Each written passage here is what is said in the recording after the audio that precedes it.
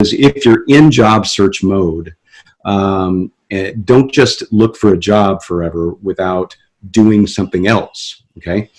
So my example here is start a small company, start an LLC or a small business with the purpose of researching the employers you'd like to work for and document. We have the pleasure of welcoming Craig Fisher today to our interview series. I'm Sumita Mariam from the peopleHum team. Before we begin, just a quick introduction of peopleHum. peopleHum is an end-to-end, one-view integrated human capital management automation platform, the winner of the 2019 Global Code Award for HCM that is specifically built for crafted employee experiences and the future of work. We run the peopleHum blog and video channel, which receives upwards of 200,000 visitors a year, and publish around 2 interviews with well-known names globally every month. And now for our guest, Craig Fisher leads recruiting innovation at Allegis Global Solutions and employer branding SME for AGS, RPO, and MSP customers. He has led talent acquisition teams at the Future 500 level. His digital branding methods have been adopted as best practices by companies like LinkedIn, Toyota, Yum Brands, and many more.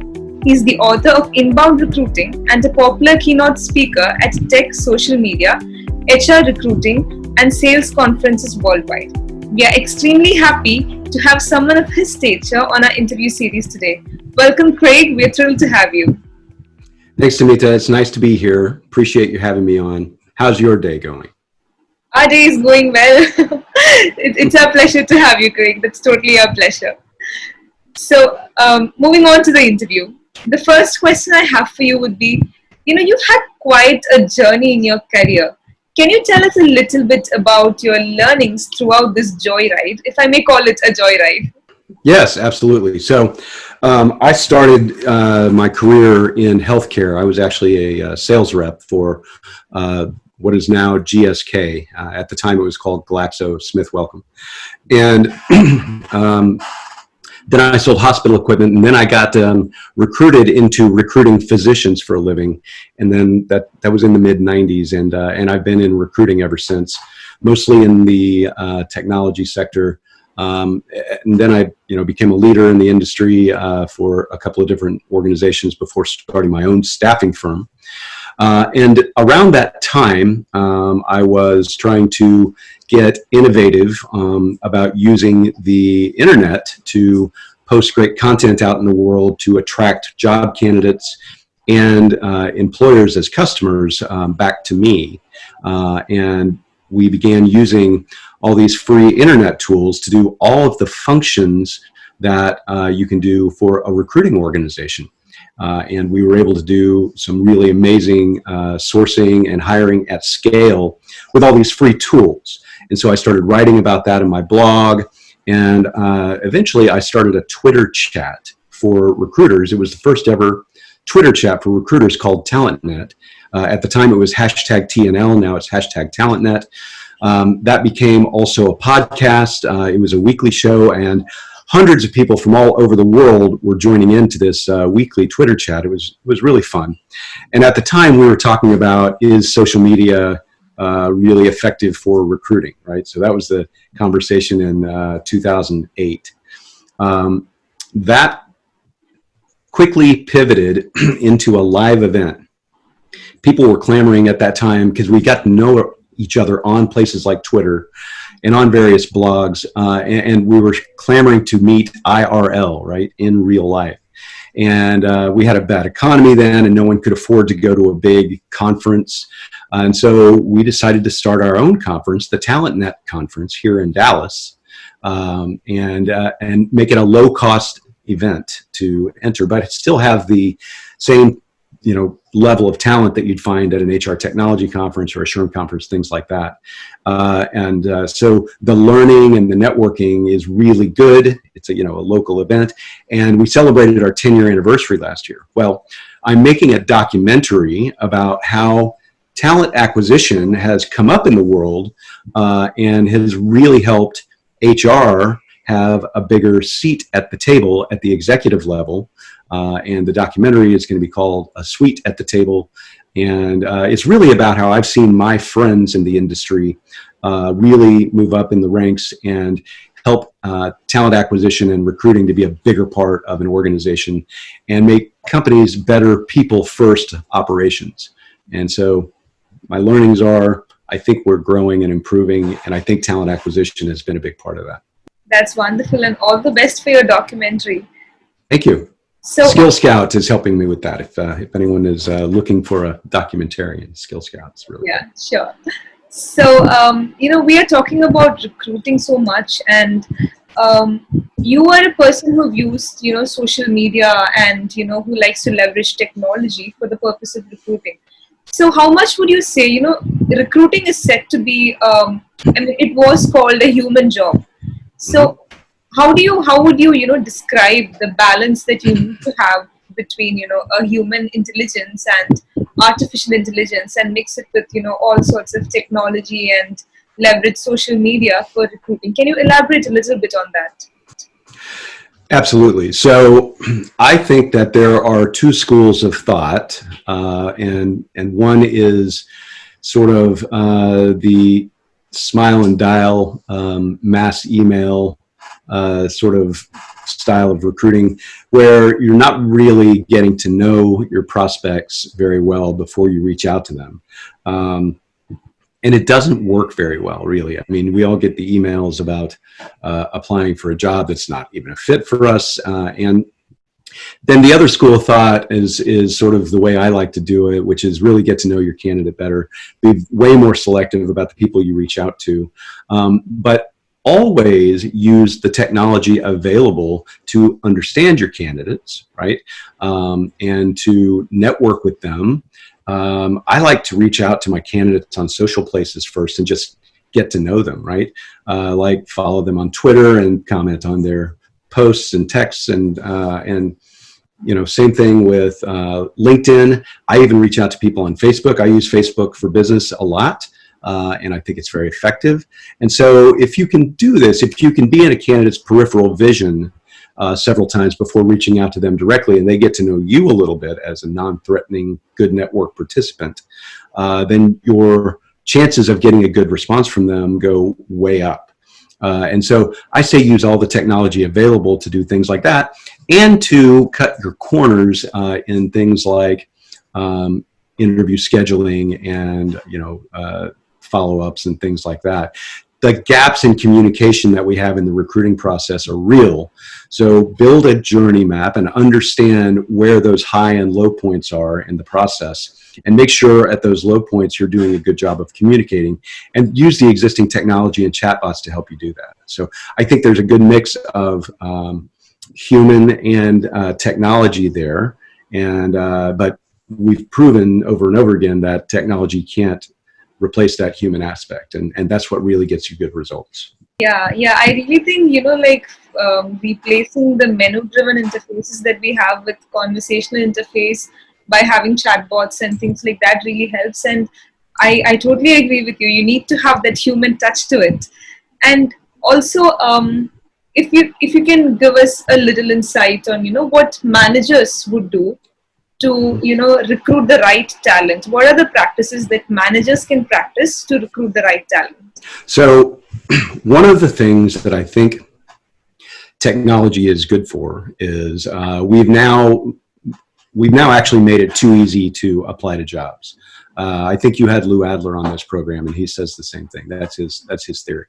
And so technology is good at helping us narrow the field of candidates, because a lot of people apply to jobs that they're not really a fit for. So the applicants are too many, and technology can help us narrow it down.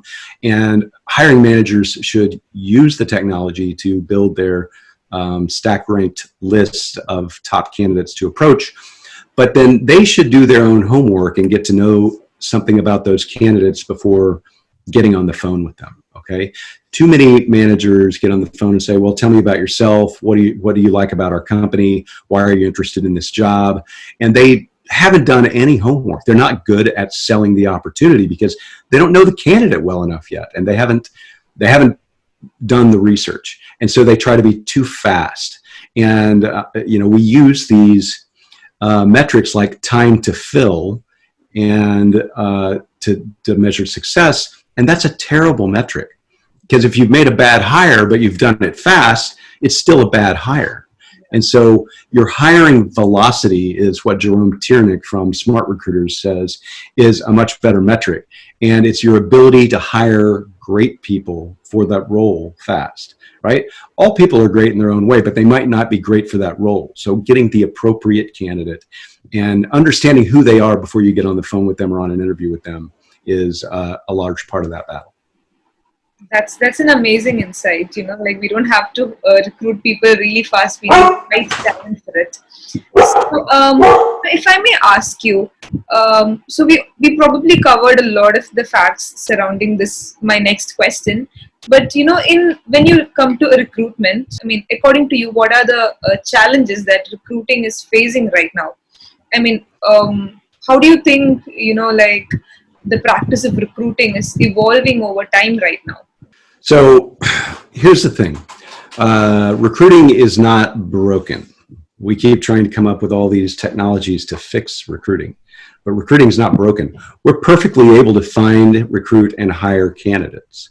What we can do is use the technology that's coming available to help us do the administrative things, the non-recruiting activities, to make us more efficient. So I think that's one of the things that we're not quick enough to adopt. Companies will come to me and they say, Craig, I want a chatbot, or I need AI. I've got a budget for AI. So what do you recommend? And my first question to them is, well, what's the problem you're trying to solve here? Because if you're just going to spend money on a chatbot because your competitors have one, then I would suggest we rethink that a little bit. And so I think understanding what a company's tech stack should be for recruiting is one of the big issues that we have right now. Companies don't understand their own tech stack. They have outdated ATS systems. They don't utilize the functionality of their CRM, and they're really struggling to understand what their own gaps are. And so my team will audit a company's candidate experience, interview their employees, figure out where those gaps are, and then make tech stack suggestions. And so I see this a lot. So just from firsthand experience, companies don't understand their tech stack very well. Yeah, that's absolutely right. And if you can give a small idea on telling me about interacting with your candidates on Twitter and things like that. So how would you advise candidates to like keep up that social profile, that the internet appearance that they have? How would you suggest candidates to have that? So I think job candidates suffer often from the scenario where they get real active when they're looking for a job and then they go dark when they're not. So one thing that you should do as a job candidate is be consistent. If you're going to be a person who posts content and who regularly comments on their network's posts and is an active network citizen, don't stop that when you get into your job, because that networking can help you in your job. You can crowdsource answers to things, right? And so be consistent once you get into that role. Don't just go dark and quiet. The other thing is, if you're in job search mode, don't just look for a job forever without doing something else, okay? So my example here is start a small company, start an LLC or a small business with the purpose of researching the employers you'd like to work for and documenting your research and solve some problems you see that they have, right? Take a look at their hiring process and write a research report or a case study about how they could do some things better. Document your answers, post it to your LinkedIn profile, right? Create a job for yourself called your company, whatever it is, and have that as your current position. And when you document your findings about that company, tag all of that company's recruiters, right? At some point, one company will notice what you're doing and say, wow, that guy's really good, or that gal's really good. We'd like to talk to you about this. And, activity begets activity. Wow, that's wonderful. That's a fresh idea out there. I think that is going to be an important pointer for all our audience out there. So, as we go on talking about recruitment, so I have this question for you, which I think is very interesting. So, if you can suggest a few tips to tackle, unconscious bias in recruitment, what would that be? So there's not much we can do about it. I'm going to be real honest. Some of the technology out there is starting to take words out of resumes before they are passed on to any member of the hiring process.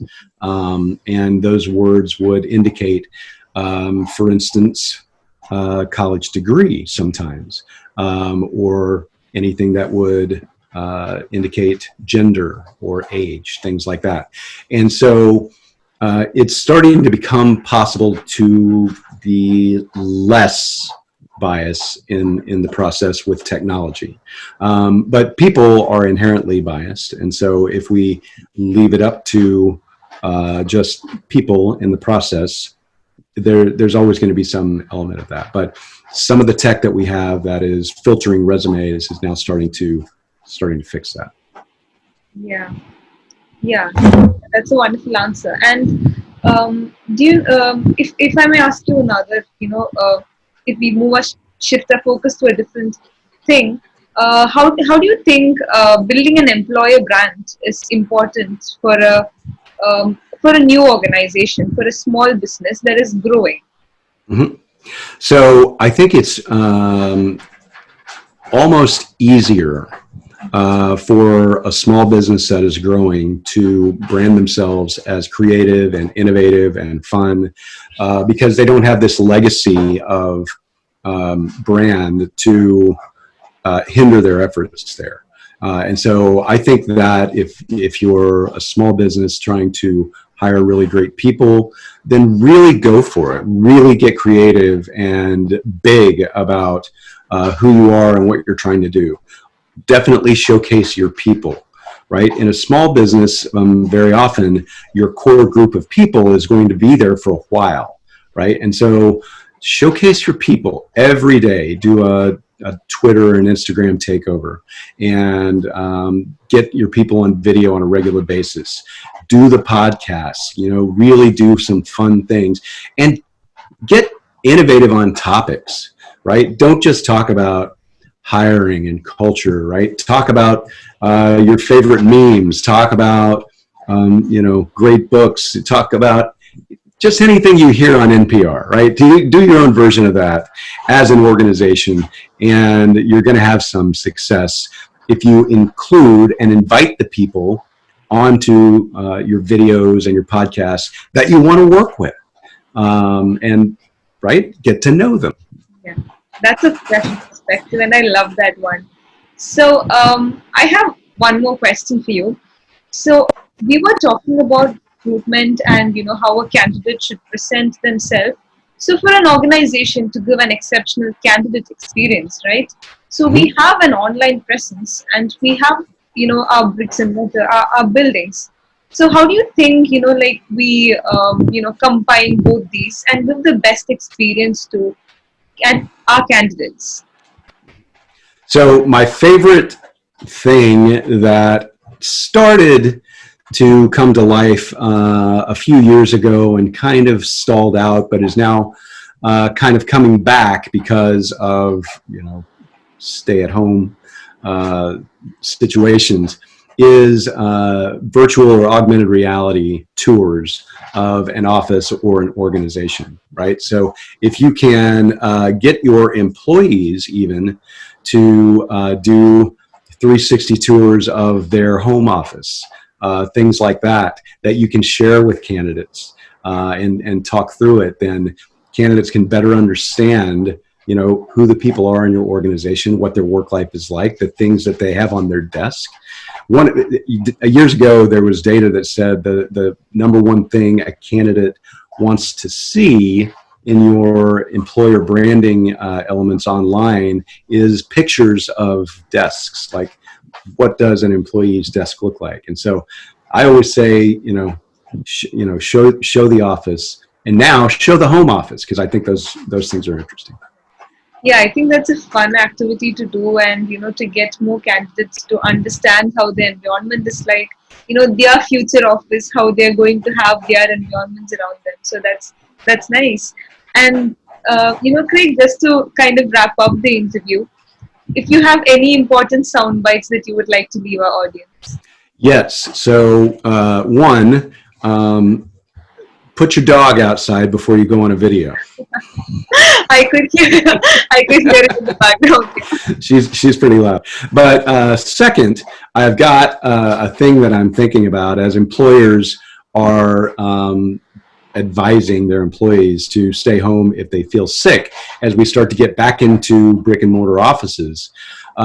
Use this. I think this is fun. If you sneeze something, stay something, like stay home or stay out of the office. And I think that's going to catch fire. Wonderful, wonderful. It was a pleasure talking to you, Craig. I really appreciate your time and you sharing your views with us. It's been a very enriching learning experience for me personally, and I'm sure it is going to be for our viewers also, because you share a lot of like fresh perspectives and fascinating ideas on recruitment and candidate experience.